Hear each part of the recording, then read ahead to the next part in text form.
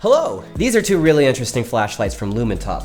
One is a super powerful flutter that fits in the palm of your hand, while the other is half floodlight, half laser spotlight.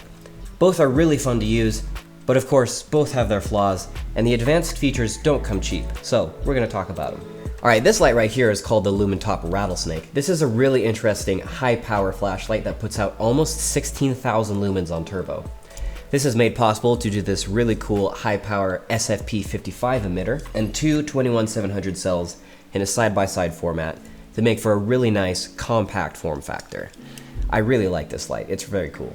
This interesting light right here is called the Thor 4. This has a really interesting wide flathead with a quad floodlight on one side and a laser-powered spotlight on the other. The frosted quad optic here produces a really nice wide floody beam that contrasts the really tight, super throwy beam from the laser-excited phosphor on this side. Now, this is really interesting as a concept because one of the issues with LEP throwers is that they produce no spill, so you don't get any area illumination. In this case, pairing the LEP with a more traditional floody flashlight allows it to be a lot more versatile and, in my opinion, way more practical in most situations. Now, of course, this isn't the only hybrid LED LEP on the market, and if you stick around, we're going to be doing a comparison video with several more of these. But this one, the Thor 4, I think is one of the most interesting in terms of both design and form factor. Now, honestly, what I like most about both of these lights is really just the design. They're both very bright, but in terms of performance, neither are very impressive, unfortunately.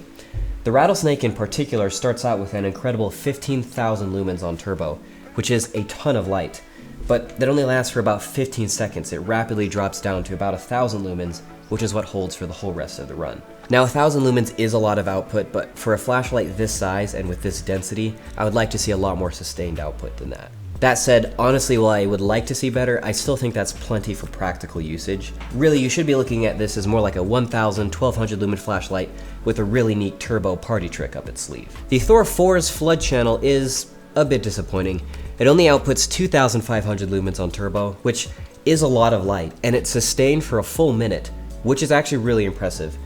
But from there it drops down to about 900 lumens, which runs for another minute, and then down to 400, at which point it just kind of gradually slopes off until it dies. That's still a lot of light, honestly, but it's disappointing to me because there are other much less expensive quads that are brighter on turbo, sustain more output, and have better regulation.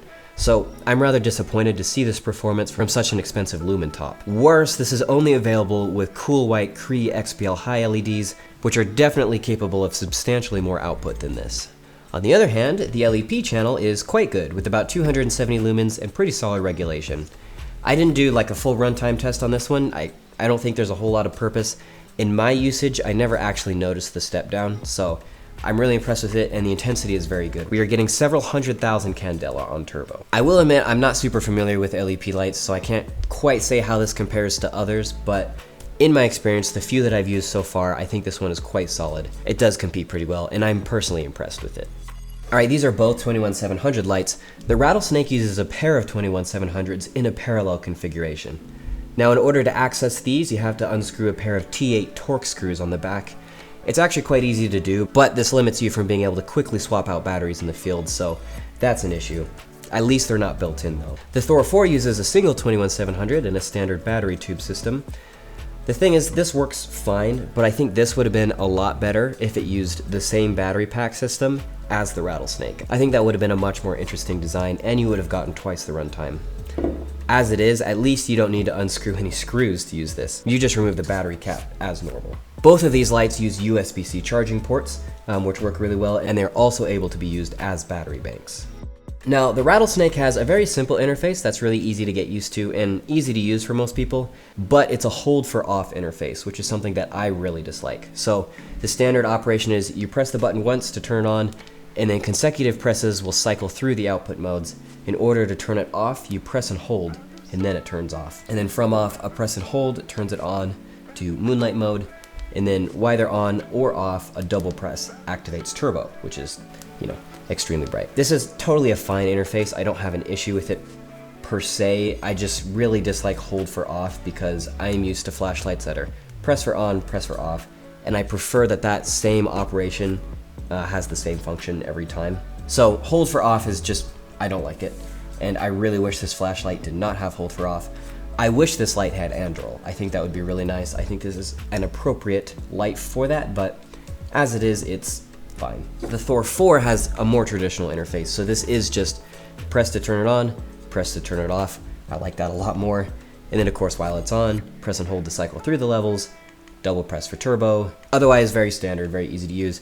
Cycling between these channels is actually really easy. You just press 3 times, 1, 2, 3, 1, 2, 3. And every time you do that, it'll cycle between the floodlight, the LEP, and then both at once, and then back to the floodlight. So very easy to swap between the two modes, and I really like it.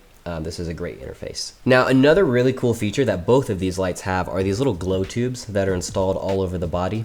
These are just basic glow-in-the-dark tubes, but they're available in several different colors, as you can see. So we've got red, green, blue, and they're just kind of cool. They're not like super useful because these lights also have illuminated buttons that make for battery indicators and locators in the dark. So the glow tubes are mostly just for style, but I like it. And then the Thor 4 LEP also has a glow ring. So once you turn the light on and blast it for a little bit and then turn it off, this little ring in here will actually glow, which is just really cool. The Rattlesnake also has this interesting feature. They call it the Rattle Plate. So it's just a little plate with the Lumentop logo, and it slides back and forth. It serves no purpose, but I guess it's cool.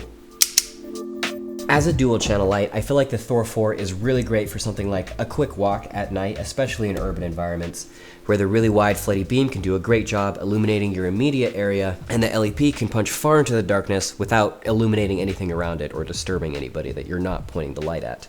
However, because of its poor regulation and awkward form factor, I just don't think it's a very good option for extended usage or like long trips.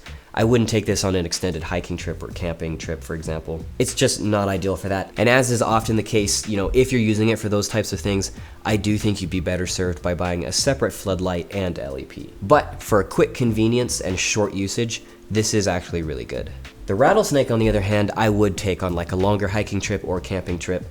I really like the compact form factor, the long run times, and the super high turbo is really fun. While it's not as bright as other lights and sustained output, I really don't think that's going to be an issue in most use cases. And similarly, the hold for off is kind of annoying to me, but it's something you can adapt to, and I don't think it's really a problem.